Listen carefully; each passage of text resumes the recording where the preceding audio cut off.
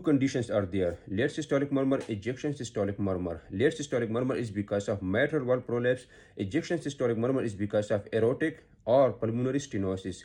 Don't confuse both of them. Watch the video and differentiate them, okay?